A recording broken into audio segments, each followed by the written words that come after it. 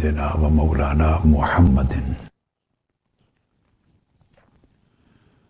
رسول النبی الامین المکین الحنین الکریم الرؤوف الرحیم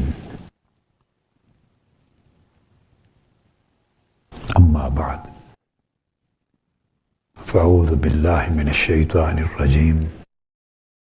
بسم اللہ الرحمن الرحیم ما کان محمد ابا احد من رجالکم ولکن رسول اللہ وخاتم النبیین وکان اللہ بکل شیء علیما صدق اللہ مولانا العظیم۔ تاجدار ختم نبوت کانفرنس کا انعقاد ہو رہا ہے صلی اللہ تعالی علیہ وآلہ وسلم۔ اس موقع پر میں محترم سید مقصود علی حمدانی صاحب کو قدر اور ان کے خاندان کے دیگر معززین کو اور علاقہ کی تمام معزز شخصیات کو اور دینی اداروں کو اور جن کے تعاون سے آج ختم نبوت کے موضوع پر ایک عظیم الشان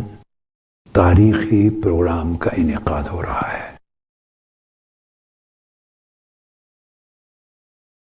دراصل اس کانفرنس میں شرکت کا وعدہ تو ڈاکٹر حسن محی الدین قادری صاحب کا تھا، مگر امر الہی سے اچانک ان کی سرجری اور آپریشن کے بعد وہ ابھی ریکوری کے پروسیس میں ہے، سو ان کے لیے سفر کرنا ممکن نہیں تھا اور کانفرنس کی تاریخ بھی بدلنا مناسب نہیں تھی۔ سو میں نے کہ یہ فریضہ حضور نبی اکرم صلی اللہ علیہ وآلہ وسلم کی شان ختم نبوت کے بیان کا میں انجام دیتا ہوں اور یہ میرے لیے بڑی سعادت ہے۔ میں بلا تمہید یہ عرض کرنا چاہوں گا کہ قرآن مجید کی سورہ احزاب سے میں نے معروف آیت کریمہ کی تلاوت کی ہے، جسے آپ میں سے ہر ایک نے ہمیشہ سنا ہے۔ اس میں اللہ رب العزت نے ارشاد فرمایا کہ حضرت محمد صلی اللہ علیہ وآلہ وسلم تمہارے مردوں میں سے کسی کے باپ نہیں بلکہ کہ رسول ہیں اور سب انبیاء کے آخر نبوت ختم کرنے والے ہیں، اور اللہ ہر چیز کا خوب علم رکھنے والا ہے۔ یہ اس آیہ کریمہ کا ترجمہ ہے جو سورہ احزاب کی آیت نمبر 40۔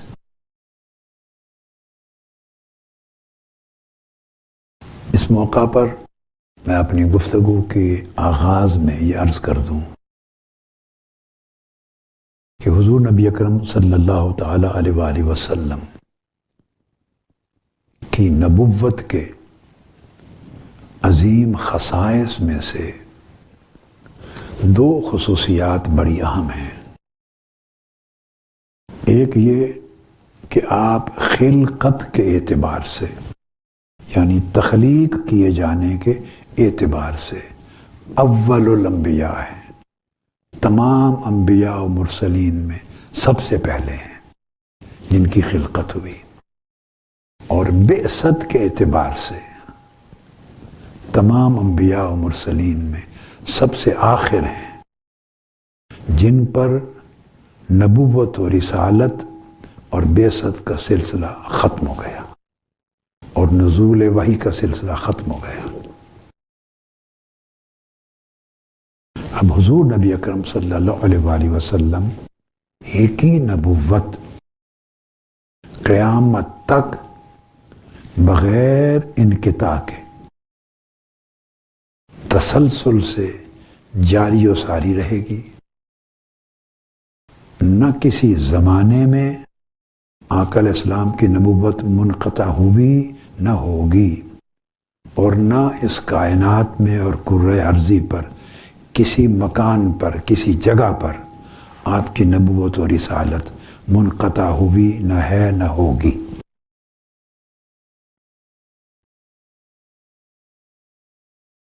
قیامت تک آپ ہی نبی اور رسول رہیں گے. آپ ہی کی کتاب قرآن قیامت تک زندہ و تابندہ کتاب رہے گی، اور کسی نئی وحی کا نزول نہیں ہوگا. قیامت تک آپ ہی کی شریعت، شریعت اسلامیہ اور شریعت محمدیہ جاری و ساری رہے گی. کوئی اور شریعت اس کے بدل میں نہیں آئے گی. نبی آپ کی بعثت کے بعد آئے گا، نہ کوئی کتاب آئے گی، نہ کوئی نیا دین اور آئے گی. یہ آپ کی ختم نبوت کی وہ خصوصیت ہے جس کا انکار کفر ہے.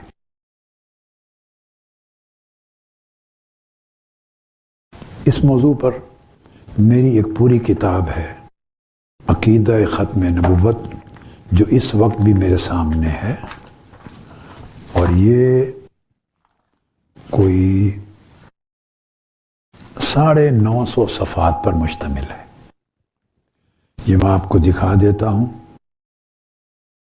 یہ اس موضوع کو تفصیل سے سمجھنا چاہیں اور ذوق رکھتے ہوں، یہاں کی تنظیم یا اس کانفرنس کے میزبان حضرات، ان کے لیے یہ سعادت ہوگی کہ وہ اس کتاب کو زیادہ سے زیادہ لوگوں تک پہنچائیں، تقسیم کریں، تاکہ جن کو اس مسئلہ پر سمجھنے کی ضرورت ہے، اس مسئلہ کو، یا کوئی کنفیوژن التباس ہے، تو ان کو سمجھنے میں، شکوک و شبہات کو دور کرنے میں، اور نفس مسئلہ کی صحیح معرفت حاصل کرنے میں آسانی ہو.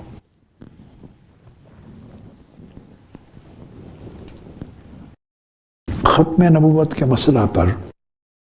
150 سے زیادہ قرآنی دلائل ہیں،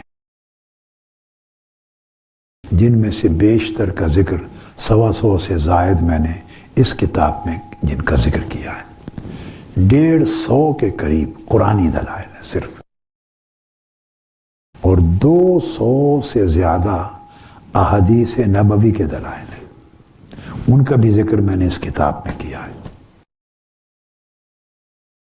پھر اس کے علاوہ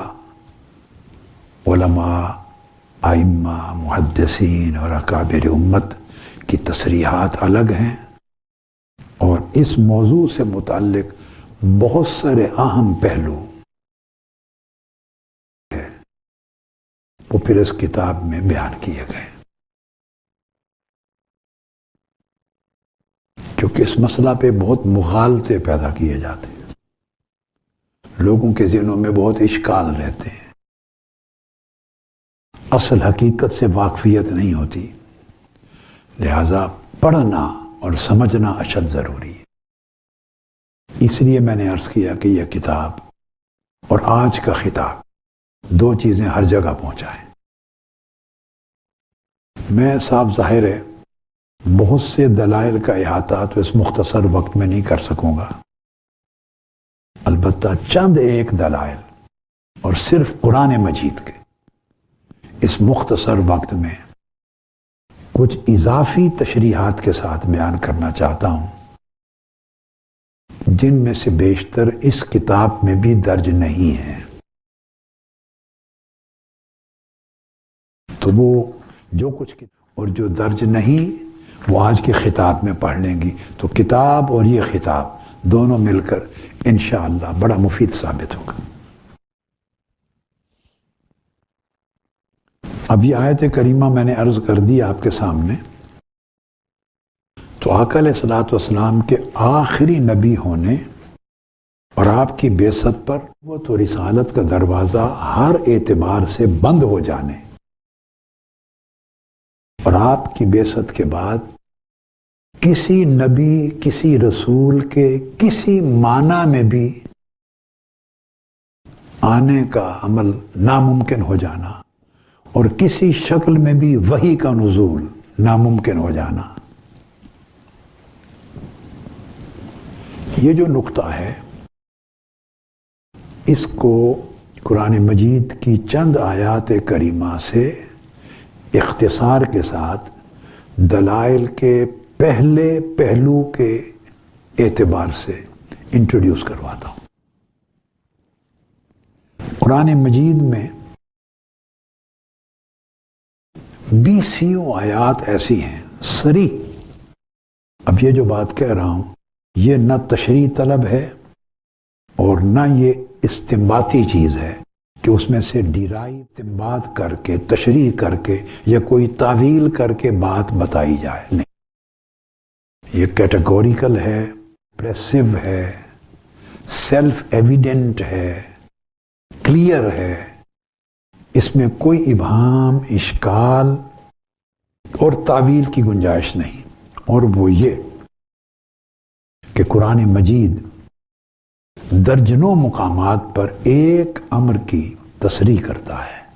اور وہ یہ کہ اللہ رب العزت نے جو وحی نازل کی وہ صرف اور صرف وہ وہی وحی تھی جو حضور علیہ الصلوۃ والسلام سے پہلے نازل ہوئی، یعنی انبیاء اور رسول اعظام صرف وہی معتبر تھے، مقبول تھے، معتمد تھے اور سچے تھے جو آقا علیہ الصلوۃ والسلام کی بعثت سے پہلے مختلف زمانوں میں مختلف امتوں کی طرف بھیجے گئے، اور جو وحی ان پر کی گئی حضور علیہ الصلوۃ والسلام کی بعثت سے قبل وہی سچی وحی تھی، اسی کی قرآن مجید تصدیق کرتا ہے، اسی کا ذکر کرتا ہے، اسی کو واضح طور پہ بیان کرتا ہے، اسی کو حق مانتا ہے۔ اور پورا قرآن الحمد سے والناس تک حضور علیہ الصلوۃ والسلام کی بعثت کے بعد، آقا علیہ السلام کی بعثت یعنی مبعوث ہو جانے کے بعد کسی وحی کا اشارہ اور کنایہ میں بھی ذکر نہیں کرتا۔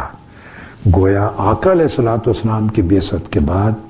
اگر کوئی شخص کسی اس کے اوپر وحی کے نزول کا دعویٰ کرے گا تو وہ قرآن مجید کی نفی ہوگی، اس کا دعویٰ باطل ہوگا اور وہ کفر ٹھہرے گا۔ یہ جو نقطہ ہے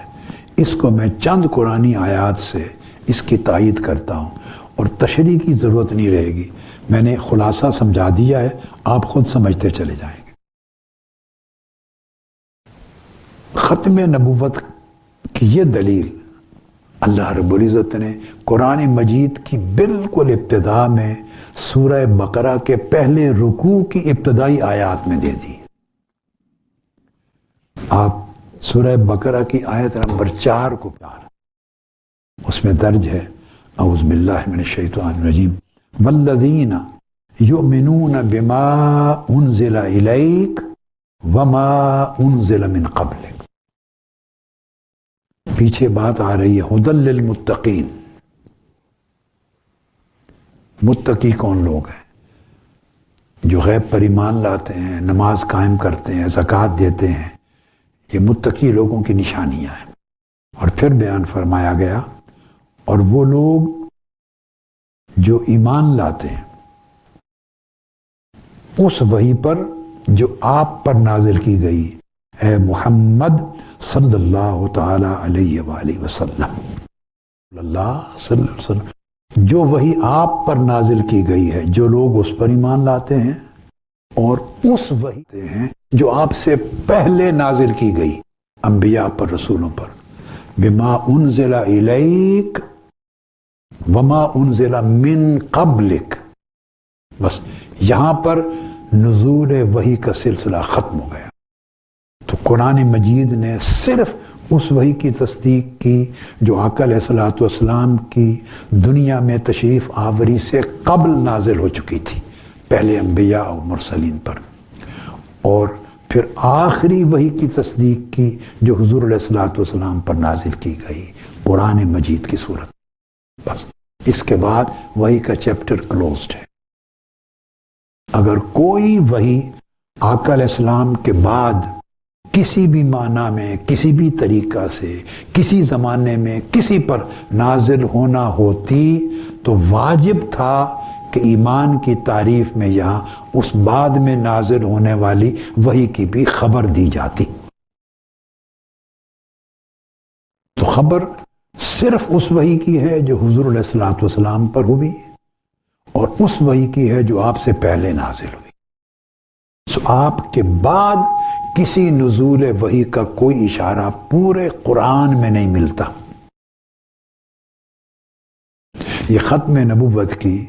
اور آقا علیہ السلام کے خاتم النبیین ہونے کی پہلی دلیل ہے جو میں آج کی گفتگو میں دینا چاہ رہا ہوں۔ اب اس کی میں تائید میں چند آیات دے دوں گا نمونے کے طور پر۔ آیات بے شمار ہیں، کثیر ہیں، اگر پڑھنا چاہیں تو میری اس کتاب میں پڑھ لیں، آپ کو مل جائیں گے۔ میں چند آیات نمونے کے طور پہ کوٹ کروں گا۔ پھر سورہ النساء کی آیت نمبر 136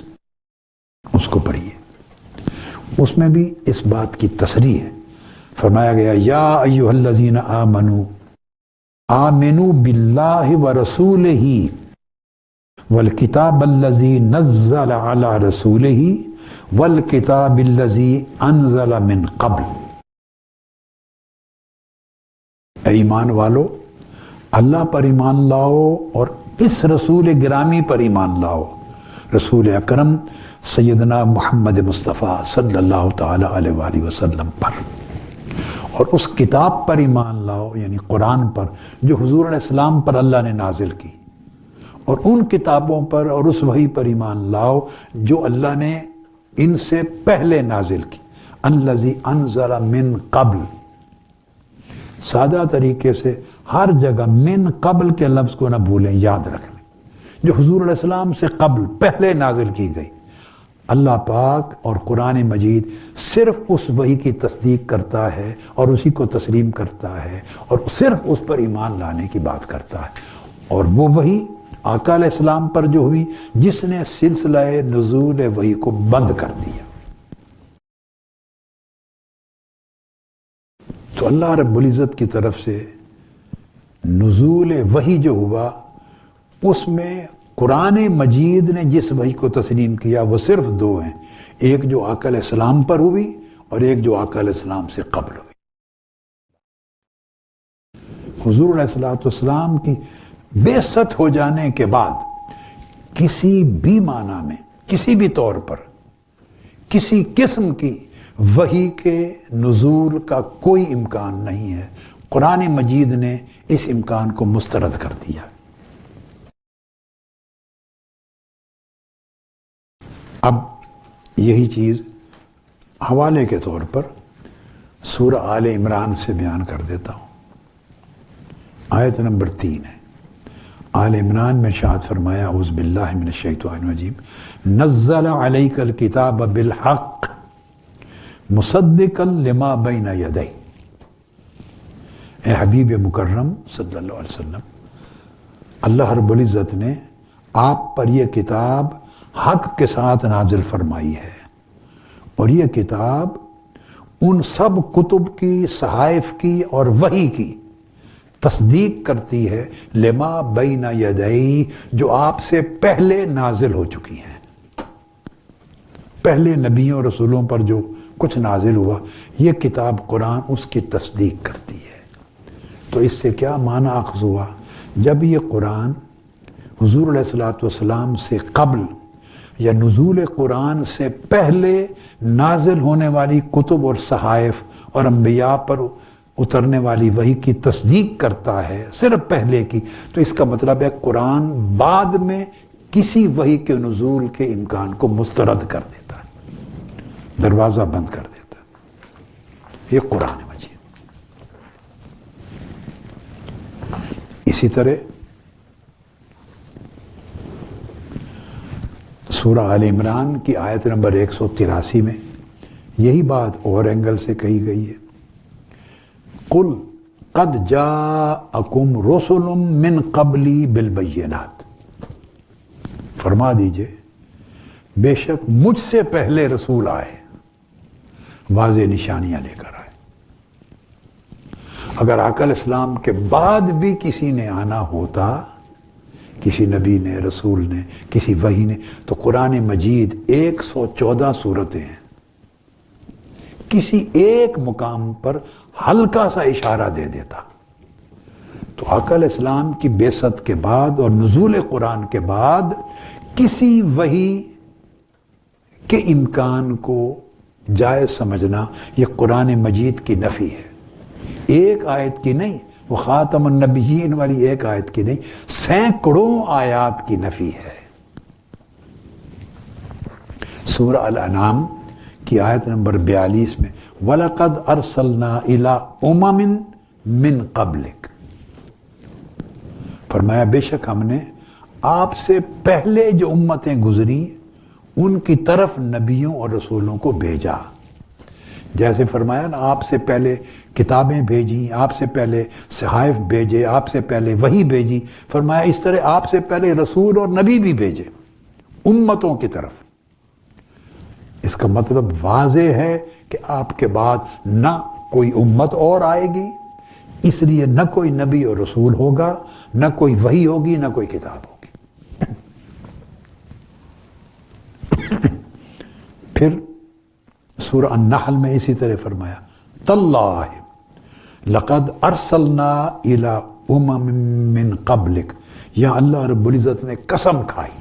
خود اپنی قسم کھائی، تاللہ، اللہ پاک نے فرمایا اللہ کی قسم، اللہ کی قسم، خود اللہ پاک فرما رہے ہیں کہ ہم نے صرف آپ سے پہلے بہت سی امتوں کی طرف رسول بھیجے، نبی بھیجے، بہت سی امتوں کی طرف، صرف آپ سے قبل، من قبلک تصریح کر دی گئی، کسی ایک جگہ بھی من بعدک نہیں فرمایا کہ آپ کے بعد بھی کوئی آئے گا۔ اب اگر بعد میں کوئی بھی دعویٰ کرے یا کوئی ایسا سمجھے تو وہ اس کی باطل تعویل ہے، جھوٹا الزام ہے، قرآن کو رد کرنا ہے، اللہ کی آیتوں کی نفی کرنی۔ پھر دو چیزیں ساتھ ساتھ نہیں چل سکتی کہ اگر ہم کہیں کہ ہم قرآن پر بھی ایمان لاتے ہیں اور وحی پر بھی نہیں، تو قرآن جب اس دروازے کو بند کر دیتا ہے اور کسی طور پہ قرآن کے بعد کوئی وحی نہ اتر سکتی ہے، نہ قرآن اس کو بیان کرتا ہے، نہ اس کو تسلیم کرتا ہے، نہ تصدیق کرتا ہے، مسترد کرتا ہے، تو پھر قرآن اور حضور علیہ الصلوۃ والسلام کی نبوت اور آپ پر ایمان اور کوئی اور وحی یا نبی کسی بھی معنی میں یہ ساتھ ساتھ نہیں چل سکتے، یا ادھر ہونا ہوگا ہمیں یا ادھر ہونا ہوگا۔ اسی طرح سورہ زخرف میں فرمایا کم ارسلنا من نبی فی الاولین، ہم نے آپ سے پہلے یعنی پہلے لوگوں میں کتنے پیغمبر، کتنے نبی اور رسول، کتنے نبی بھیجے۔ تو یہ میں نے ان چند آیات کریمہ کے ذریعے یہ نقطہ سمجھانا تھا کہ قرآن مجید اگر 100 مقامات پر ذکر کرتا ہے وحی کا، نبیوں کا، رسولوں کا، ان کی آمد کا، کتابوں کے نزول کا، وحی کے اترنے کا، 100 مقامات پہ ذکر کرتا ہے، تو اگر آقا علیہ السلام کے بعد بھی کسی وحی کے اترنے کا یا کسی معنی میں کسی نبی، خواہ وہ حضور علیہ السلام کی اتباع میں کوئی تصور کرے معاذ اللہ یا کسی شکل میں، اگر کوئی ایسا امکان ہوتا تو قرآن ایک بار تو اس کا ذکر کرتا، جس کا قرآن مجید نے ایک بار بھی ذکر نہیں کیا، جبکہ اس موضوع کو 100 بار بیان کیا، 100 بار۔ تو ہمیں پھر قرآن مجید کے ساتھ وفاداری رکھنی چاہیے۔ ایمان قرآن کی بات ماننے کا نام ہے۔ سورہ النساء میں ایک اور مقام ہے، آیت نمبر 162، اس کو دیکھیے۔ آیات متشابہات کی وضاحت کرتے ہوئے فرمایا لیکن الراسخون فی العلم منہم والمؤمنون یؤمنون بما انزل الیک وما انزل من قبلک، لیکن ان میں سے جو پختہ راسخ علم والے لوگ ہیں وہ جانتے ہیں، اور مؤمنون جانتے ہیں، مؤمنون ایمان والے۔ پھر ان مؤمنون کی تعریف بیان کی ہے قرآن مجید میں کہ مومن کون ہے۔ ایمان والے لوگوں کی یہ تعریف ہے، ڈیفینیشن ہے۔ اب قرآن کی تعریف کو ہم مسترد نہیں کر سکتے، پھر ہم مومن نہیں رہتے، مسلمان نہیں رہتے۔ فرمایا مومنون کون ہیں؟ جو ایمان لاتے ہیں بما انزل الیک، نبی مکرم صلی اللہ علیہ وسلم آپ پر نازل ہوئی قرآن کی، من قبلک، اور صرف اس وحی پر جو آپ سے پہلے نازل ہو چکی، انبیاء پر، رسولوں پر، ختم۔ جب ایمان کی تعریف کی جا رہی ہے اور مؤمنون کی تعریف کی جا رہی ہے تو پھر بعد میں نزول وحی کا اشارہ تصریحاً یا اشارتاً کوئی ذکر تو آنا چاہیے۔ جب قرآن نہ اشارے میں نہ کنایے میں ذکر ہی نہیں کرتا، امکان کا بھی بیان نہیں کرتا، تو ہم پھر اگر ایسی چیز پر ایمان لائیں گے جس کو قرآن نے مسترد کر دیا ہے تو صاف ظاہر ہے کہ پھر یہ قرآن کے خلاف بات ہوگی۔ تو جہاں بھی اس کا خلاصہ یہ سمجھ لیں، جہاں بھی قرآن مجید نے نبوت کا ذکر کیا، رسالت کا ذکر کیا اور وحی کا ذکر کیا، وہاں من قبلک من قبلک من قبلک اس کے ساتھ تصریح کی، آپ سے پہلے آپ سے پہلے آپ سے پہلے۔ ایک جگہ بھی من بعدک کہ کوئی وحی، کوئی نبی، کوئی رسول آپ کے بعد بھی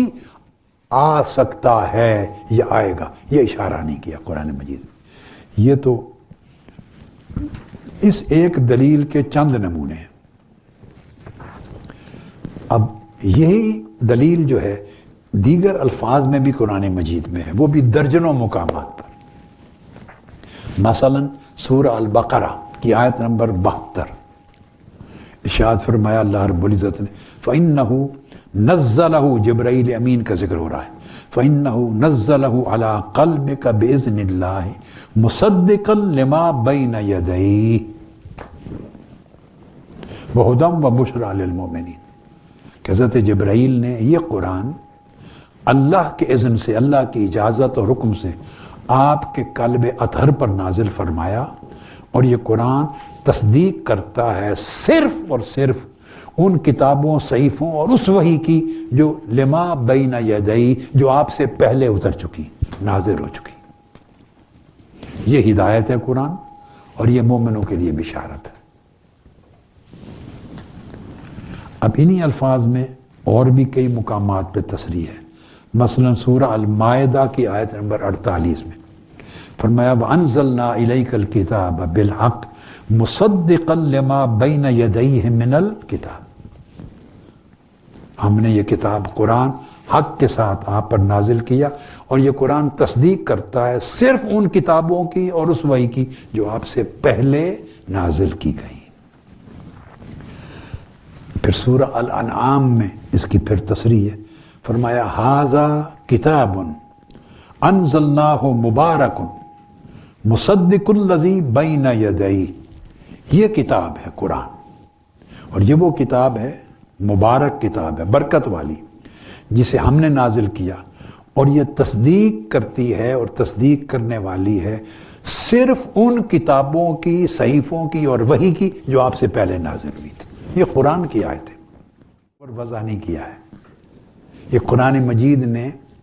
150 مقامات پر ڈائریکٹلی تصریحاً یا استدلالاً یہی چیز بیان کی ہے۔ پھر سورہ یونس میں بھی اس طرح ہے، اس قرآن کا وما کان ھذا القرآن کا ذکر کر کے ولیکن تصدیق الذی بین یدیہ، یہ قرآن تصدیق ہے ان کتابوں کی اور اس وحی کی جو آپ سے پہلے نازل ہوئی۔ یہ قرآن اس کی تصدیق کرنے والا ہے۔ یہ تو میں نے عرض کیا چند دلائل میں لوں گا، تو ان دلائل میں سے چند نمونے میں نے پیش کر دیا آپ کو، اور آپ ذہن میں رکھ لیں کہ اس اسلوب کا بیان قرآن مجید میں 20 مقامات پر یا 100 کے قریب مقامات پر آیا ہوگا، کم و بیش۔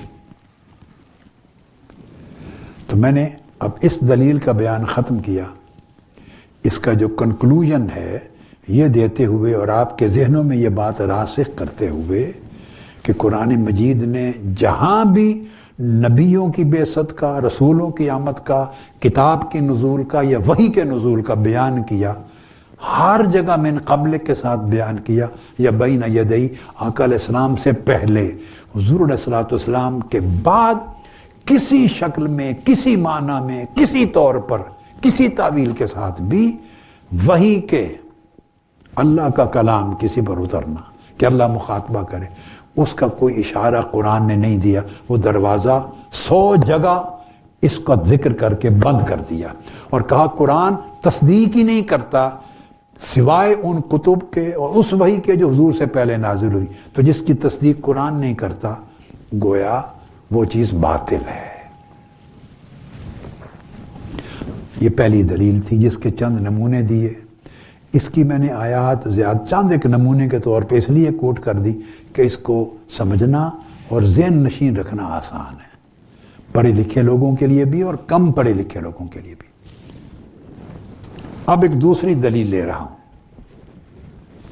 ختم نبوت کی، وہ بھی آل عمران کی آیت نمبر 81 ہے، اور یہ آیت میثاق انبیاء ہے۔ آپ نے سنا، تذکرہ سنا ہوگا کہ اللہ رب العزت نے انبیاء کے مبعوث ہونے سے قبل ایک بار ان سے میثاق لیا،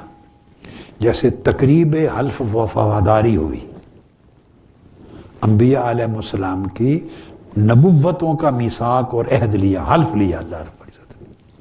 اور وہ حلف نبوت محمدی صلی اللہ علیہ وسلم پر ایمان لانے کے ساتھ مشروط تھا۔ اس حلف کا مضمون، مرکزی نقطہ یہ تھا۔ تو یہ آیت ہے میثاق الانبیاء کی۔ اب اس پہ غور کیجئے، اس میں ایک لفظ آئے گا، سمجھاتا ہوں۔ اللہ رب العزت نے فرمایا، اعوذ باللہ من الشیطان الرجیم، وَإِذْ أَخَذَ اللَّهُ مِيثَاقَ النَّبِيِّينَ لَمَا آتَيْتُكُم مِّن كِتَابٍ وَحِكْمَةٍ ثُمَّ جَاءَكُمْ رَسُولٌ مُصَدِّقٌ لِمَا مَعَكُمْ لَتُؤْمِنُنَّ بِهِ وَلَتَنْصُرُنَّهُ۔ اللہ رب العزت نے ارشاد فرمایا، اور اے حبیب مکرم وہ وقت یاد کریں، یعنی وہ تقریب حلف وفاداری کی، انبیاء سے جو حلف لیا گیا میثاق، وہ یاد کریں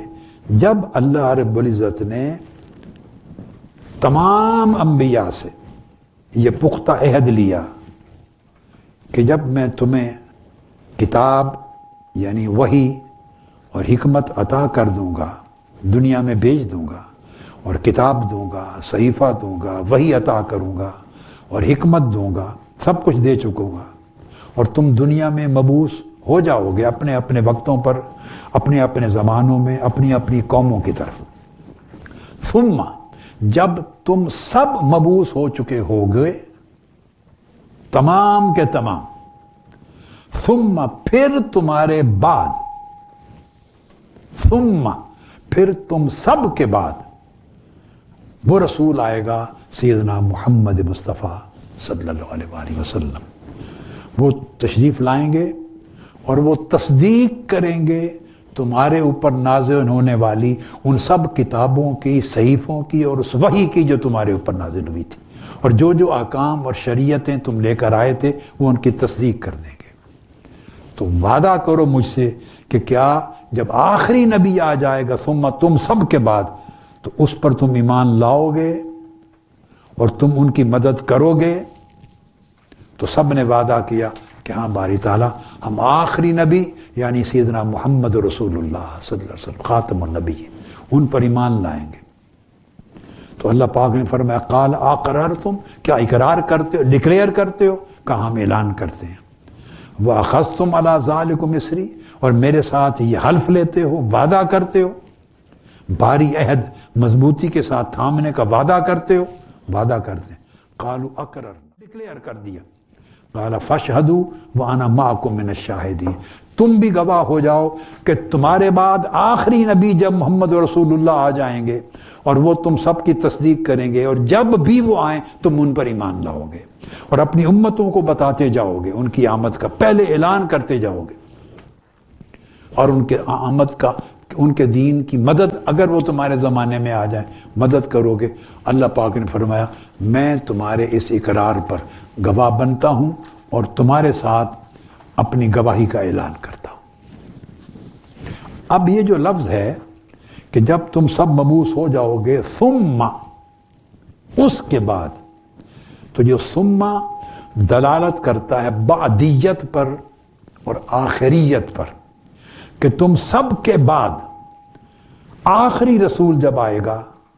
تو وہ تمہاری تصدیق فرما دے گا۔ تو یہ بعدیت جو ثم کے اندر ہے اور آخریت، سب کے بعد آنے والا اور سب سے آخر آنے والا، یہی معنی خاتمیت کا ہے۔ تو ثم کے اندر بعدیت ہے، آخریت ہے اور خاتمیت ہے۔ تو گویا اللہ رب العزت نے تو کسی ایسے شخص سے میثاق ہی نہیں لیا نبوت کا، اس سے حلف ہی نہیں لیا، اقرار ہی نہیں لیا، اور اسے اس انبیاء کی صف میں کھڑا ہی نہیں کیا جو معاذ اللہ حضور علیہ السلام کی بعثت کے بعد آنے کا اعلان کرے یا دعویٰ کرے۔ وہ تو صف انبیاء میں شامل ہی نہیں ہے، چونکہ آقا علیہ السلام ثم جاءکم، جب حضور علیہ السلام کی بعثت ہو گئی تو سلسلہ نبوت و رسالت ختم ہو گیا، اور آقا علیہ السلام نے تصدیق کر دی ان سب نبیوں رسولوں کی جو پہلے آ چکے تھے۔ جب ان کی تصدیق ہو گئی تو دین حق نے اور قرآن نے تکذیب کر دی، جھٹلا دیا ہر ایسے شخص کو جو آقا علیہ السلام کی بعثت کے بعد آنے کا اعلان کرے یا دعویٰ کرے۔ یہ آیت کریمہ ذہن نشین کرنے والی ہے اور سمجھنے والی ہے۔ اس کے بعد اب ایک اور دلیل توجہ طلب ہے۔ یہ آیت سورہ الانعام کی ہے جو اب کوٹ کر رہا ہوں۔ حضور نبی اکرم صلی اللہ علیہ وسلم کی نبوت قیامت تک تمام زمانوں اور تمام انسانوں اور تمام نسلوں پر محیط ہے، اور آقا علیہ السلام کی نبوت اور آپ کی وہی قرآن ہمیشہ زندہ و سلامت رہے گا، ہے اور سلامت رہے گا۔ تو جب حضور علیہ السلام کی نبوت اور قرآن اور آپ کی وحی محیط ہے قیامت تک سب زمانوں پر اور سب انسانوں پر، تو آقا علیہ السلام کی نبوت کے زندہ و تابندہ اور تر و تازہ ہوتے ہوئے اور قرآن کے موجود ہوتے ہوئے پھر کسی نبوت و رسالت یا کسی معنی میں بھی کسی شکل میں تعویلاً بھی کسی وحی کا امکان وہ معاذ اللہ قرآن مجید کو مسترد کر دیتا ہے۔ ارشاد فرمایا وَأُوحِيَ إِلَيَّ هَذَا الْقُرْآنِ لِأُنذِرَكُمْ بِهِ وَمَنْ بَلَغَ، یہ لفظ بڑا قابل توجہ، وَمَنْ بَلَغَ، بے شک میری طرف یہ قرآن اس لیے وحی کیا گیا ہے، یہ قرآن مجید میں سورہ الانعام آیت نمبر 19، یہ قرآن میری طرف اس لیے وحی کیا گیا ہے، میری طرف اس لیے مجھ پر اتارا گیا ہے، لِأُنذِرَكُمْ، تاکہ میں اس کے ذریعے تمہیں ومن بالغ، اور ہر اس شخص کو قیامت تک جس تک قرآن پہنچے گا، جس تک قرآن کا میسج پہنچے گا، جس تک قرآن کی دعوت پہنچے گی، جس تک قرآن کی تلاوت پہنچے گی، جس تک قرآن کا پیغام پہنچے گا،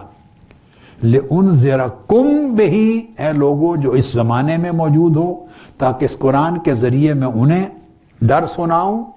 ان کا لیے نذیر بنوں، انذار کروں، ومن بالغ، اور قیامت تک کسی بھی زمانے اور کسی بھی جگہ پر کوئی رہنے والے شخص جس تک قرآن پہنچے گا اس کے لیے منذر میں ہی رہوں گا،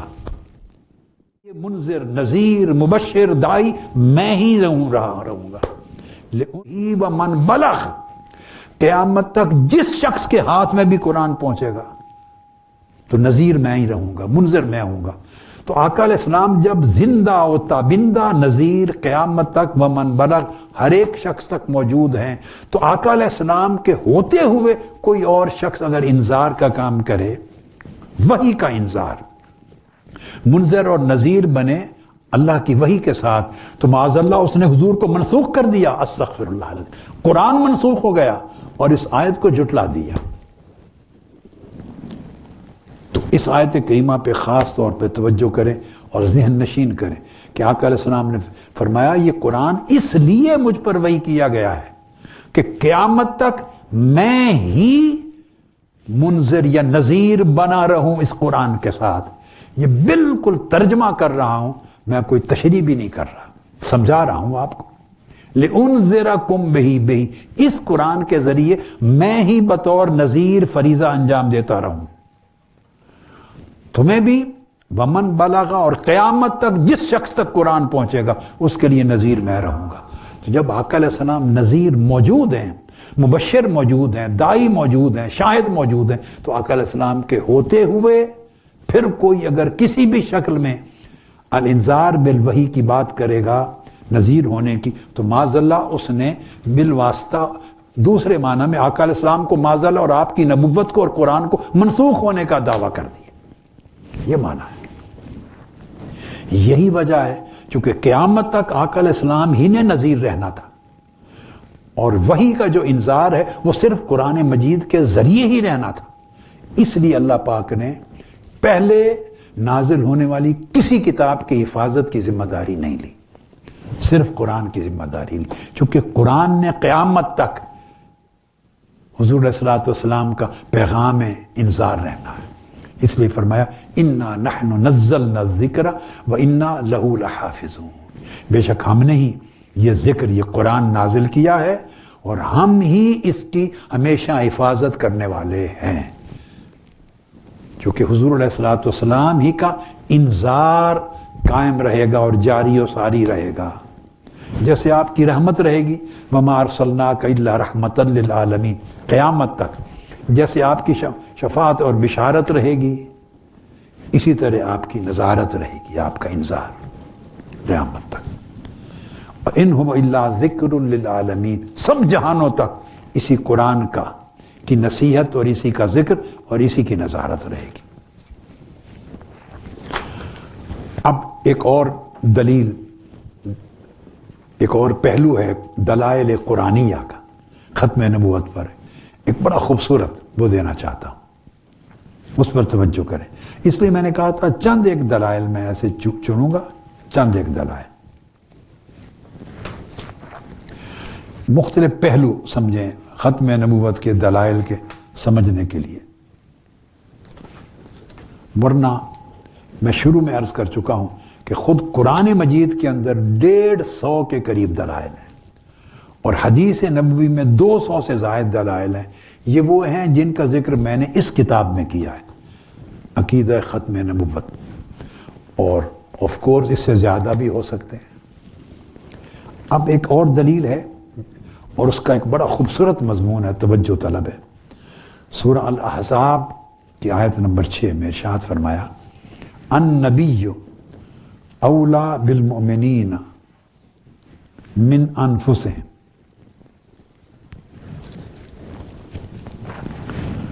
النبی اولا بالمؤمنین من انفسہم وازواجہ امہاتہم، اور یہ نبی مکرم صلی اللہ علیہ وسلم، یہ نبی مکرم صلی اللہ علیہ وسلم مومنوں کے ساتھ ان کی جانوں سے بھی بہت زیادہ قریب ہیں، مومنوں کے ساتھ ان کی جانوں سے بھی بہت زیادہ قریب ہیں، اور آپ کی ازواج مطہرات مومنوں کی مائیں ہیں، ان کی امہات ہیں۔ اس آیت کریمہ نے ختم نبوت، کئی جہتیں ہیں اس آیت کریمہ کے معانی اور معارف اور لطائف کی، مگر ختم نبوت کے حوالے سے اس آیت کریمہ میں کیا مضمون ہے؟ یہاں حضور علیہ السلام کا تعلق اپنی امت کے ساتھ اور ہر ایک مومن امتی کے ساتھ کیا ہے، اس تعلق کی نوعیت کو سمجھایا گیا ہے، اور ایک ایسا تعلق بیان کیا گیا ہے جو آقا علیہ الصلوۃ والسلام سے پہلے کسی نبی کا وہ تعلق اپنی امت یا کسی امتی کے ساتھ نہیں تھا. یہ آپ کے خصائص میں سے ہے، قرآنی خصائص جو بیان ہوئے. اور وہ یہ کہ فرمایا یہ نبی مکرم صلی اللہ علیہ وسلم مومنوں کے ساتھ ان کی جانوں سے بھی زیادہ قریب ہیں. یہ آقا علیہ السلام کا تعلق بالامہ بیان ہوا ہے. اب یہ فرمانا من اولا بالمؤمنین اور پھر من انفسہم، ان دونوں کو جوڑیں تو پتہ قرآن مجید میں اللہ رب العزت نے یہ بتایا ہے کہ حضور علیہ الصلوۃ والسلام کو اپنی امت کے ساتھ وہ قرب حاصل ہے کہ وہ قرب مومنوں کو ان کی جانوں سے بھی حاصل نہیں، یا وہ قرب جانوں کو بھی میسر نہیں. ایک زندہ شخص کی جان کا جو تعلق ہوتا ہے، زندہ شخص کا اس شخص کے ساتھ جان کا اور اس بندے کا، انسان کا جو بامی تعلق ہے، فرمایا جان کو بھی آپ کے ساتھ وہ قرب نہیں جو نبی مکرم صلی اللہ علیہ وسلم کا اپنی جمی امت کے ساتھ، مومنوں کے ساتھ. اب جب یہ بات آپ سمجھے تو یہ بات نقطہ آگے سمجھنے والا ہے خاص. لفظ اولا جو قرآن مجید میں بیان ہوا، النبی اولا بالمؤمنین، پھر من انفسہم، یہ تین حصے ہیں. النبی اولا، پھر بالمؤمنین، پھر من انفسہم، تین حصے. لفظ اولا توجہ طلب ہے. یہ صیغہ افعل التفضیل کا ہے، بہت مبالغے کا صیغہ ہے. اور جو فرمایا اولا، یہ اسی طرح ہے جیسے قرآن مجید میں اللہ رب العزت نے اپنی شان الوہیت کے باب میں اپنے بندوں کے ساتھ اپنے قرب کا بیان کیا. قرب مثال نہیں ہے، اللہ کا قرب اس کی شان کے لائق ہے، اور اللہ کے نبی اور رسول کا قرب امت کے ساتھ ان کی شان کے لائق ہے. میں نقطہ صرف سمجھا رہا ہوں کہ افعل التفضیل صیغہ جو ہے اس کا معنی مفہوم کیا ہوتا ہے. فرمایا نحن اقرب الیہ من حبل الورید. اللہ پاک نے فرمایا کہ ہم بندے کی شاہ رگ سے بھی زیادہ قریب ہیں. جب اقرب،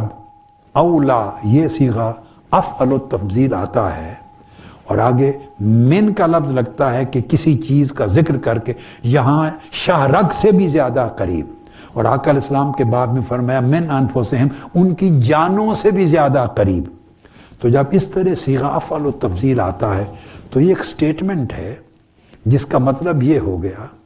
کہ یہ تعین کر دیا کہ اب اس سے زیادہ قریب کوئی شے کائنات میں ہو نہیں سکتی. اس سے زیادہ قریب کائنات کی کوئی شے، کوئی حقیقت، کوئی وجود ہو نہیں سکتا. اور اگر کوئی اس سے بڑھ کر کسی اور شے کو قریب جانے گا تو وہ مومن نہیں رہے گا، وہ اس کا زمرہ مومنین سے اس کا نام خارج ہو جائے گا. اب اولا بالمؤمنین من انفسہم، اولا کے تین معنی. اولا کا ایک معنی ہے اقرب الی المؤمنین من انفسہم، مومنوں کی جانوں سے بھی زیادہ قریب ہیں. یعنی جان کو جتنا قرب حاصل ہے ایک انسان سے، وہ ابھی جان بھی دور ہے، نبی اکرم صلی اللہ علیہ وسلم جان سے بھی زیادہ قریب. اور یہ جو قرب ہے اقرب کے معنی میں، یہ صرف صحابہ کرام کے لیے نہیں تھا. بالمؤمنین من، قیامت تک جو ایمان والے ہوں گے ان میں سے ہر ایک مومن کی جان سے زیادہ قریب آقا علیہ السلام. اس کا اطلاق جمیع مومنین پر ہوگا، خواہ وہ کسی زمانے میں قیامت. اور جو خود کو مومن سمجھتا ہے اور زمرہ مومنین میں ہے، اسے حضور صلی اللہ علیہ وآلہ وسلم کو اپنی جانوں سے زیادہ اولا سمجھنا ہوگا، بمعنی اقرب، قریب. اس میں اقربیت کا معنی. اب اس کا ایک دوسرا معنی ہے اولا. النبی معنی بنے احب الی المؤمنین من انفسہم، کہ مومنوں کو جتنی اپنی جان عزیز ہوتی ہے، کچھ ہو جائے اپنی جان کوئی قربان نہیں کرتا، جان کو اذیت نہیں دیتا، جتنی ہر شخص کو اپنی جان عزیز ہے اور مومنوں کو عزیز ہے، تو حضور صلی اللہ علیہ وسلم جانوں سے زیادہ محبوب ہے، جانوں سے زیادہ محبوب ہے. تو جس طرح آدمی جان سے بڑھ کر کسی کو فوقیت نہیں دے سکتا محبت میں، تو حضور صلی اللہ علیہ وسلم جان سے بڑھ کر جو مومن ہے اس کے لیے محبوب ہے۔ تو احب الی المومنین من انفسہم، تو یہاں دوسرا معنی اولا کا احبیت کا آ گیا۔ پہلا معنی اولا کا اقربیت کا تھا، دوسرا معنی احبیت کا ہو گیا۔ اس کا تیسرا معنی بھی ہے، وہ یہ احق بالتصرف، اولا احق بالتصرف، کہ حضور نبی اکرم صلی اللہ علیہ وسلم مومنوں کی جانوں سے بھی زیادہ ان کی ملکیت و تصرف کا حق رکھتے ہیں۔ تصرف کا اتنا حق جان کا نہیں ہے انسان کے وجود پر جتنا حق رسول پاک صلی اللہ علیہ وسلم کا مومن پر ہے۔ مومن کے جسم پر، مومن کی روح پر، مومن کے ذہن پر، اس کے قلب پر، اس کے احوال پر، اس کے اعمال پر، اس کے ظاہر پر، اس کے باطن پر، مومن کے اوپر اتنا حق جان کا نہیں ہے جتنا رسول پاک صلی اللہ علیہ وسلم کا ہے۔ تو تصرف و ملکیت میں آقا علیہ السلام حقیت کا سب سے زیادہ حقدار ہیں۔ اب تینوں معانی میں سے جو بھی لے لیں، ہر ایک میں مبالغہ کا صیغہ ہے، یعنی سب سے زیادہ، سب سے زیادہ، سب سے زیادہ قریب، سب سے زیادہ محبوب، سب سے زیادہ حقدار، تینوں شکلوں میں۔ اور یہ جو سب سے زیادہ اقرب، سب سے زیادہ محبوب، سب سے زیادہ حقدار کون؟ النبی، آیت شروع ہوتی ہے النبی اولا، یہ شان آقا علیہ السلام کی بحیثیت نبی کے ہے، یعنی آپ کی نبوت کا حق اہل ایمان پر ان کی جان سے زیادہ ہے۔ آپ کی نبوت اور رسالت اہل ایمان کی جانوں سے زیادہ قریب ہے۔ آپ کی نبوت اور رسالت اہل ایمان کی جان اور روح سے زیادہ متصرف ہے، زیادہ قریب ہے۔ تو آقا علیہ، اس کا مطلب کیا ہوا کہ مومن، جو شخص مومن ہے، اس کی جان اور نبوت محمدی صلی اللہ علیہ وسلم کے درمیان کوئی چیز حائل نہیں ہو سکتی، کوئی اور انسان نہیں آ سکتا، کوئی اور رشتہ نہیں آ سکتا، کوئی اور مرتبہ نہیں آ سکتا، کوئی اور دعویٰ نہیں آ سکتا۔ جب جان سے بھی آقا قریب ہیں تو آپ کی النبی بحیثیت نبی کے قریب تر ہیں، تو پھر نبی اکرم صلی اللہ علیہ وسلم اور مومن کی جان کے درمیان کوئی اور پردہ حائل نہیں ہو سکتا۔ بھلے آپ جو معنی چاہیں نکالتے رہیں کہ وہ اس معنی میں ہم مانتے ہیں، اس کا یہ معنی ہے، اس کی یہ تعویل ہے، اس کا یہ مفہوم ہے، غرض مفہوموں سے نہیں ہے، غرض نفس حقیقت کے ساتھ ہے۔ جو مفاہیم لے لیں، حقیقت الامر یہ ہے کہ آقا علیہ السلام کی نبوت و رسالت مومنوں کی جانوں پر اس طرح چھائی ہوئی ہے، اس طرح محیط ہے، اس طرح متصرف ہے، اتنی قریب ہے، اتنی محبوب ہے، اتنی حقدار ہے کہ آقا علیہ السلام کے ہوتے ہوئے قیامت تک جو شخص ایمان رکھے گا اس کے اور حضور کے درمیان کوئی اور پردہ حائل نہیں ہو سکتا، کوئی اور درمیان گھس میں کوئی شخص گھس نہیں سکتا، کوئی اپنے وحی کے دعوے کو یا اپنے الہام کے دعوے کو یا اپنے احکام کو، شریعت کو، کوئی چیز نیا، کوئی داخل نہیں ہو سکتا۔ آقا علیہ السلام کی نبوت و رسالت نے مومن کی جان کو بھی پیچھے کر کے اس کو سنبھال لیا ہے۔ اب جب یہ حقیقت ہے کہ آقا علیہ السلام کی نبوت اور رسالت کا اہل ایمان کی روحوں کے ساتھ، ارواح کے ساتھ ایسا تعلق اور ارتباط ہے، ایسا تعلق اور ارتباط کہ درمیان میں کوئی حائل ہی نہیں ہو سکتا، وہ پردہ ہوگا۔ جو ہی آپ پردہ کسی اور کا درمیان میں حائل کریں گے تو آقا علیہ السلام کا مرتبہ جو اولویت ہے، مرتبہ اقربیت ہے، مرتبہ احبیت ہے، مرتبہ حقیت ہے، اولویت، النبی اولا، اس مرتبے کی نفی ہو جائے گی تو آپ مومن نہیں رہے، آپ زمرہ مومنین سے خارج ہو جائیں گے، اعلان خداوندی کا رد ہو جائے گا، صریح کفر ہو جائے گا، عنوان ایمان سے بھی خارج ہو جائیں گے اور زمرہ مومنین سے بھی خارج ہو جائیں گے۔ ابھی آیت کریمہ بھی میں نے قرآنی دلائل میں سے ایک دلائل کے طور پہ، ایک نمونے کے طور پہ، اب ایک اور نمونہ قرآن مجید کے دلائل میں سے پیش کرتا ہوں تاکہ کئی اینگلز سے یہ مسئلہ کلیئر ہو جائے اور آپ کی سمجھ میں آ جائے۔ یہ سورہ احزاب کی آیت نمبر 53 ہے جو اب دے رہا ہوں۔ جو پہلے آیت کریمہ میں نے بیان کی وہ بھی سورہ احزاب کی آیت نمبر 6 تھی، النبی اولا بالمؤمنین من انفسہم۔ اب احزاب کی آیت نمبر 53 ہے، اس میں ارشاد فرمایا، اور یہ ایک پورا مضمون ہے، یہ بڑا خوبصورت مضمون ہے قرآن مجید کا، ختم نبوت کو سمجھنے کے لیے اسی پر ختم کر دوں گا، اور یہ کرکس ہے پوری گفتگو کا، آپ سمجھیں نیوکلیس ہے۔ احزاب کی آیت نمبر 53 میں پہلے آداب بیان کیے، فرمایا یا ایھا الذین آمنوا لا تدخلوا بیوت النبی الا ان یؤذن لکم، آگے پھر آیت کریمہ ہے، اے ایمان والو نبی مکرم صلی اللہ علیہ وآلہ وسلم کے گھروں میں، جو آپ کے بیوت تھے ازواج مطہرات کے، اور آپ کے گھر میں، کسی بھی گھر میں، تم آپ کی اجازت کے بغیر جب کھانے کے لیے بلائیں، دعوت دیں، اس اجازت کے بغیر از خود آقا علیہ السلام کے گھر میں بیت نبوت میں داخل نہیں ہو سکتے،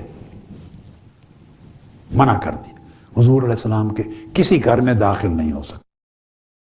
اور اس آیت میں چلتے چلتے آگے فرمایا، پھر داخل ہونا، پھر وہاں بیٹھنا، گفتگو کرنا، باتیں کرنا، فرمایا ان ذالکم کان یؤذی النبی صلی اللہ علیہ وسلم،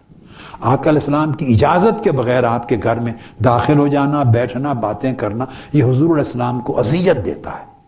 یہ اللہ رب العزت اعلان فرما رہے ہیں، اللہ پاک، ان ذالکم کان یؤذی النبی صلی اللہ علیہ وسلم، یہ حضور علیہ السلام کو اذیت دیتا ہے کہ آپ کی اجازت کے بغیر آپ کے کسی گھر میں داخل ہو جاؤ۔ پھر فرمایا، اب یہاں جو بات توجہ طلب ہے وہ یہ ذہن میں رکھ لیں کہ آقا علیہ السلام کے یہ گھر، یہ آپ کا بیت سکونت ہے، یہ وہ گھر ہیں جس میں آقا علیہ السلام کی رہائش ہے، یہ آپ کا مرتبہ نبوت اور مرتبہ رسالت نہیں ہے، یہ آپ کا مقام سکونت ہے، جہاں آپ ٹھہرتے ہیں، رہتے ہیں، سوتے ہیں، اٹھتے بیٹھتے ہیں، رہائش پذیر ہیں۔ تو اللہ رب العزت جب آقا علیہ السلام کے بیت سکونت میں، رہائش والے گھر میں بغیر اجازت کے کسی کو داخل ہونے کی اجازت نہیں دیتا، اور اس کو حضور علیہ السلام کی اذیت قرار دیتا ہے بیت سکونت میں، تو کیا سمجھیں عالم ہے اس شخص کا یا اس خیال کا کہ بیت نبوت میں کوئی شخص داخل ہو جائے، حضور کی نبوت کے گھر میں، بیت سکونت میں بغیر اجازت کے داخل ہونا اذیت ہے آقا علیہ السلام کو، ٹارچر ہے۔ اور اگر کوئی حضور علیہ السلام کے بیت نبوت میں داخل ہو جائے اور آپ کی امتی ہوتے ہوتے، یہ صحابہ کو اعلان کیا جا رہا، تو امتی ہوتے ہوتے وہ نبوت کا اعلان کر دے تو گویا بیت نبوت میں داخل ہو گیا، معاذ اللہ بیت رسالت میں داخل ہو گیا۔ تو بیت سکونت میں داخلہ بغیر اجازت کے حضور کو اذیت دینا ہے، تو بیت نبوت میں کوئی شخص داخل ہو جائے اور بیٹھے اور باتیں کرے تو یہ کتنی بڑی اذیت کا باعث ہوگا، کفر ہوگا۔ یہ آپ کے سمجھانے کے لیے میں نے ایک موازنہ کیا ہے۔ پھر اسی آیہ کریمہ کے آخری حصے کی طرف آتے ہیں، درمیان میں آداب سکھائے گئے ہیں، بات کرنی ہو تو ایسے کریں، ازواج مطہرات سے کرنی ہو تو پردے کے پیچھے کریں، اس طرح کریں، حیا آداب سکھائے گئے۔ اینڈ پر ارشاد فرمایا وما کان لکم ان تؤذوا رسول اللہ، اے ایمان والو یہ تمہیں حق نہیں ہے اور تمہارا ایمان اجازت نہیں دیتا کہ رسول اللہ صلی اللہ علیہ وسلم کو اذیت دو، آقا علیہ السلام کو اذیت دو۔ یہ قرآن نے اس آیت کے اینڈ پر اختتامی بات کی، اذیت نہیں دے سکتے، جو حضور علیہ السلام کو اذیت دے گا وہ کافر ہو جائے گا، وہ دائرہ اسلام سے خارج ہوگا، آقا علیہ السلام کا دشمن ہوگا، جہنمی ہوگا۔ آقا علیہ السلام کو جو اذیت دے گا، بیت سکونت میں داخل ہونے سے بلا اجازت اذیت ہے، تو بیت نبوت میں داخل ہونا کتنی بڑی اذیت ہوگی۔ اب اگلا حصہ سنیے، یہاں فرمایا جب قاعدہ بتا دیا کہ آقا علیہ السلام کو تم اذیت نہیں دے سکتے، تو اس کے بعد ایک نیا کلیہ، ایک اصول بیان کیا، وہ کیا؟ وَلَا أَن تَنْكِحُوا أَزْوَاجَهُ مِن بَعْدِهِ أَبَدًا، فرمایا کہ حضور علیہ السلام کے بعد ابداً، ابد الاباد تک آپ کی ازواج میں سے بھی کسی سے شادی نہیں کر سکتے، آپ کی ازواج مطہرات سے نکاح نہیں کر سکتے، یہ حرام۔ سب سے بڑا ادب، پہلا بیت سکونت اور بیت نبوت کا مسئلہ سمجھا دیا۔ اب اگلی بات آ گئی، فرمایا کہ آقا علیہ السلام کے بعد ابداً کبھی بھی آقا علیہ السلام کی ازواج مطہرات میں سے بھی کسی ایک زوجہ سے نکاح نہیں کر سکتے۔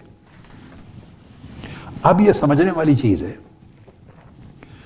کیوں کہ آقا علیہ السلام کا وصال ہو گیا، اور آپ کی جو ازواج مطہرات آپ کے رشتہ زوجیت میں تھی ان کو اللہ پاک نے ازواج و امہاتکم کر کے آپ کی مائیں بنا دیا مومنوں کی، تاکہ ماں سے کوئی بیٹا نکاح نہیں کر سکتا، تاکہ حضور علیہ السلام کے رشتہ زوجیت میں کوئی شخص کبھی اشتراک کا نہ سوچے، اس کے شراکت داری کا نہ سوچے۔ لوگ شادی کرتے ہیں، فوت ہو جاتے ہیں، ان کی بیویاں نہیں رہتی، بیوگان بن جاتی، بیوگان ہو جاتی، اور ان کی بیوہ سے کسی شخص کو بھی شریعت کے مطابق نکاح کرنے کی اجازت ہوتی ہے۔ اب صحابہ کرام سے بلند رتبہ کس کا ہوگا؟ اہل بیت اطہار سے بلند رتبہ کس کا ہوگا؟ تو خواتین شوہروں کی وفات کے بعد بیوہ ہوتی نہیں اور پھر اگلی شادی کرتی نہیں، شریعت اجازت دیتی، مگر آقا علیہ السلام کی ذات اقدس کے لیے بین کر دیا، حرام کر دیا۔ فرمایا کہ یہ تمہاری مائیں ہیں قیامت تک۔ اب آف کورس قیامت تک زندہ نہیں رہتا، مگر ابداً کہہ کر اس میں تاکید پیدا کی، زور پیدا کیا، زور اچھی طرح فوکس کروایا ابداً کے ذریعے۔ اور آقا علیہ السلام کا وصال ہو جائے تو یہ تمہاری مائیں ہیں۔ اب حضور کے وصال کے بعد آپ کی ازواج مطہرات ہی رہیں گی آج تک۔ 1400 سال میں کسی نے ازواج مطہرات کو بیوگان رسول نہیں کہا، وہ بیوہ نہیں ہوگی، وہ آقا علیہ السلام کی بیوگان نہیں ہیں۔ جیسے آپ کی حیات ظاہری میں آپ کی ازواج مطہرات تھیں، پھر وہ بھی وفات پا گئیں، تو آج بھی انہیں بیوگان رسول کوئی نہیں کہہ سکتا، جائز نہیں ہے۔ وہ ازواج مطہرات تھی، آج بھی ازواج مطہرات کہلائیں گی، آج بھی امہات المومنین کہلائیں گی۔ اور بین کر دیا کہ آقا علیہ السلام کے وصال کے بعد تم ان سے شادی نہیں کر سکتے، تاکہ رسول پاک صلی اللہ علیہ وسلم کا جو رشتہ زوجیت ہے اس رشتہ زوجیت میں بھی کسی کی شراکت نہ ہو، امت میں سے کوئی شریک نہ بنے۔ تو جب رشتہ زوجیت میں اشتراک کی اجازت نہیں، تو آقا علیہ السلام کو اور ہمارے درمیان جو رشتہ نبوت و رسالت ہے اس میں کوئی شریک بنے تو اس کی اجازت کیسے ہو سکتی؟ جو رشتہ نبوت ہے آقا علیہ السلام جس میں ہم جڑے ہوئے ہیں، ہمارے نبی ہیں، رسول ہیں، اور قیامت تک رسول ہیں، نبی اور رسول ہیں، اور قیامت کے دن بھی حضور علیہ السلام ہی نبی اور رسول ہیں۔ سب نبیوں کے بھی رسول ہوں گے، آدم علیہ السلام سے لے کے عیسیٰ علیہ السلام تک۔ جب شفاعت عظمیٰ کا وقت آئے گا، تمام انبیاء بھی آقا علیہ السلام کے دروازے پر آئیں گے، ان کی امتیں بھی آئیں گی۔ تو قیامت کے دن بھی حضور تمام نبیوں کے نبی اور تمام رسولوں کے رسول اور تمام امتوں کے رسول ہوں گے۔ تو قیامت تک بھی ہیں، قیامت کے دن بھی ہوں گے، بعد از قیامت جنتوں میں بھی ہوں گے۔ تو جب آقا علیہ السلام کے رشتہ زوجیت میں قیامت تک اور جب تک حیات تھی کسی کو شریک ہونے کی اجازت نہیں، تو رشتہ نبوت اور رسالت جو امت کے ساتھ آقا علیہ السلام کا ہے اس میں کوئی امتی اٹھ کر کیسے شریک ہو سکتا ہے؟ کسی بھی معنی اور مفہوم میں اشتراک کیسے کر سکتا ہے؟ وہ کفر ہوگا کسی بھی معنی اور تعویل کے، اس کو شرک فی نبوت کہیں گے۔ یہ اگر آقا علیہ السلام کے بعد کوئی شخص کسی معنی میں نبوت، وحی، رسالت یا تعویلاً کسی بھی مفہوم میں کوئی اعلان کرے یا کوئی آدمی اس کا اعتبار کرے، یہ شرک فی نبوت ہوگا۔ جیسے شرک فی توحید کفر ہے، اسی طرح شرک فی نبوت کفر ہے۔ قرآن مجید نے مختلف طریقوں سے، مختلف دلائل سے اس بات کو سمجھا دیا۔ اور چونکہ میں نے بات کی کہ قیامت تک آقا علیہ السلام ہی کی نبوت اور رسالت جاری و ساری ہے، جاری۔ پہلے انبیاء کے بعد نبی آتے تھے اس لیے کہ ان کا زمانہ ختم ہو جاتا تھا، پھر نئے نبی کی نبوت کا اجرا، نئے رسول کی رسالت کا اجرا، وہ یکے بعد دیگرے نبی آتے تھے۔ مگر آقا علیہ السلام کے بعد چونکہ نبوت اور رسالت کا سلسلہ بند ہو گیا اور قیامت تک آپ ہی نے رہنا ہے، اور آپ کی نبوت کا زمانہ اور قیامت کو جوڑ دیا گیا، اس طرح ایسے جوڑ دیا۔ لہذا درمیان میں کوئی سوراخ کر کے یا فاصلہ کر کے گھس نہیں سکتا، کسی بھی معنی میں۔ تو اللہ رب العزت نے ارشاد فرمایا سورہ سبا میں یہ جو میں نے بات سمجھائی، ان ہوا الا نذیر لکم بین یدی عذاب شدید، لوگوں سمجھ لو صرف حضور نبی اکرم صلی اللہ علیہ وآلہ وسلم ہی اب عذاب شدید یعنی قیامت کا جو دن آئے گا اور جب عذاب شدید آئے گا آخرت کا، اس کے آنے تک رسول پاک صلی اللہ علیہ وسلم ہی تمہارے نذیر رہیں گے۔ ان ہوا الا نذیر لکم، یہی تمہارے نذیر رہیں گے حضور نبی اکرم صلی اللہ علیہ وسلم۔ سخت عذاب کے آنے سے پہلے آقا علیہ السلام ہی ڈر سنانے والے رہیں گے۔ اب اگر کسی شکل میں کوئی اور نبوت و وحی کا درمیان میں داخلہ کر دیا جائے تو آقا علیہ السلام کی نظارت منقطع ہو جاتی، قرآن کی نصوص معاذ اللہ منسوخ کرنے کا جھوٹا اعلان ہو جاتا۔ بین یدی عذاب شدید، قیامت کے دن کا عذاب آنے سے پہلے تک رسول پاک ہی تمہارے نذیر رہیں گے۔ اس لیے حضور علیہ الصلوۃ والسلام نے ارشاد فرمایا جیسے صحیح بخاری میں، بعثت انا والساعۃ کہاتین، میں اور قیامت، میں مبعوث ہوا ہوں اور ساتھ قیامت، ہم ان دو انگلیوں کی طرح ہیں۔ آپ نے دو انگلیاں جوڑی اور فرمایا جس طرح اب میری ان دو انگلیوں میں کوئی فاصلہ نہیں ہے، گیپ نہیں ہے، اس طرح میرے زمانہ نبوت اور قیامت میں کوئی گیپ، کوئی فاصلہ نہیں، ہم جڑے ہوئے ہیں۔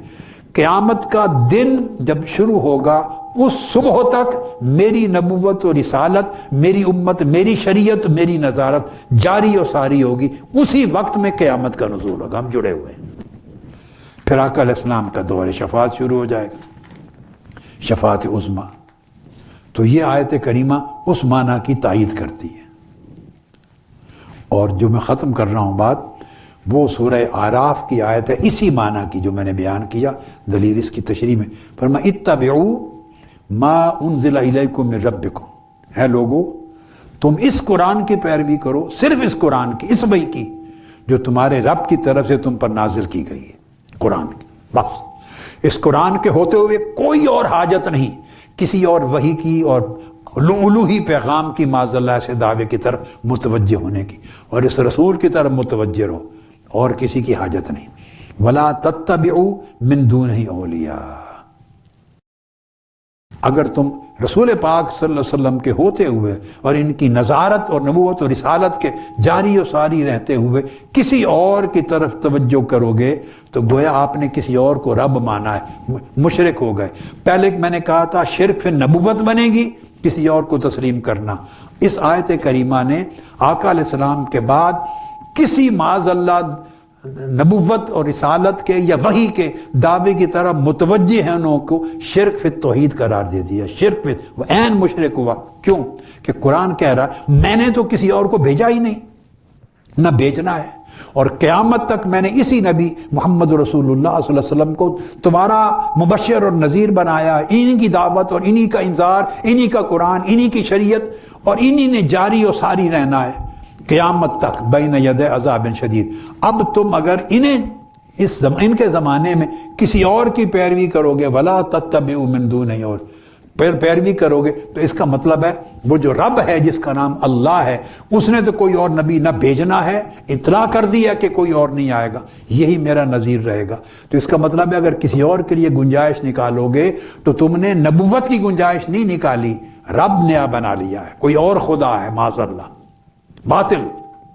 نئی ربوبیت اور نئی باطل الوہیت گڑھ لی ہے کہ وہ کوئی اسلام اور رسول پاک صلی اللہ علیہ وسلم کے مقابلے میں اور اللہ کے مقابلے میں اس نے کوئی نئی وحی بھیجنی شروع کر دی۔ اللہ کی وحی تو بند ہو گئی جس کا نام لا الہ الا اللہ میں آتا ہے، وہ وحی بند ہو گئی، محمد رسول اللہ پر بند ہو گئی۔ اب اگر اس کا قیامت تک یہی رہے گی، اور اگر اتباع کرو گے ان کے علاوہ کسی اور کی اور دوست بناؤ گے تو اس کا مطلب ہے تم مشرک ہو گئے، تم نے پھر رسول نبی نیا نہیں ڈھونڈا، خدا بھی نیا ڈھونڈ لیا۔ کیونکہ اب اگر کوئی وحی یا الہام اس طرح کا ہے جو نبوی نوعیت کا، تو اس کا مطلب ہے کوئی اور بھی بھیجنے والا ہے نبیوں کو، رسولوں کو یا وحی کو، اور اللہ نے تو نہیں بھیجا، تو پھر کوئی اور بنا لیا ہے خدا۔ قلیلا ما تذکرون، لیکن فرمایا بہت کم لوگ ہیں جو اس نصیحت کو جانتے، سمجھتے اور عمل کرتے۔ آقا علیہ السلام کا بھی ارشاد قرآن مجید نے اعلان کیا سورہ یوسف میں، قل ھذہ سبیلی، فرما دیجئے یہ میرا راستہ ہے، ادعو الی اللہ، اور میں ہی اللہ کی طرف تمہیں بلاتا ہوں، علی بصیرۃ انا ومن اتبعنی، پوری بصیرت پر قائم ہوں میں اور ہر وہ شخص جو میری اتباع کرے گا، میرے راستے پر چلے گا۔ اور آقا علیہ السلام کی اتباع کرتے ہوئے اب کوئی اور شخص جس کی اتباع اس نوعیت کی لازم ہو جائے تو پورے قرآن کی نفی ہو گئی، اور آقا علیہ السلام کی اعلان کی نفی ہو گئی، آپ کی نبوت و رسالت کی نفی ہو گئی، اور زمرہ مومنین سے ہم نے اپنے آپ کو خارج کر لیا۔ یہ چند ایک پہلو تھے دلائل قرآنیہ کے جو میں نے آپ کے سامنے واضح کیے، اور سمجھ لیں اگر وقت ہو، سیریز ہو، تو شاید 100 خطابات اس موضوع پر نئے سے نئے دلائل کے ساتھ چلتے رہیں تب بھی مضمون مکمل نہیں ہوگا، لیکن میری دانش میں چند ایک بیسک چیزیں جو میں نے آج بیان کی، اگر یہ خطاب اس کانفرنس کے منتظمین سید مقصود علی حمدانی صاحب اور تحریک منہاج القرآن کے یہاں ذمہ داران اور دیگر جماعتوں کے اور مدارس کے اور دینی حلقات کے ذمہ داران علماء اگر اس خطاب کو ہی تقسیم کریں، اور کتاب میں نے پہلے ذکر کر دی ہے عقیدہ ختم نبوت، تقسیم کریں، ہر ایک تک پہنچائیں، تو میرا خیال ہے کہ اس مسئلے پہ انشاءاللہ تعالی کوئی شک و شبہ رہنے کی گنجائش نہیں رہے گی، اگر اللہ رب العزت کا اذن ہدایت کا ہوا۔ اللہ پاک ہماری سعی کو قبول کرے، اس کانفرنس کا اہتمام کرنے والوں کی کاوش قبول ہو، آپ کی توفیقات میں اضافہ ہو، اور آپ کا جو حمدانی صاحب ہیں، ان کے مشائخ بزرگ طویل زمانہ تاجکستان کے وقت سے اب تک نسل در نسل خدمت دین اور خدمت روحانیت کرتے رہے ہیں، اللہ پاک یہ خدمت اور برکت آپ کی نسلوں میں قائم رکھے اور قبول فرمائے۔ والسلام علیکم ورحمۃ اللہ وبرکاتہ، وما علینا الا البلاغ۔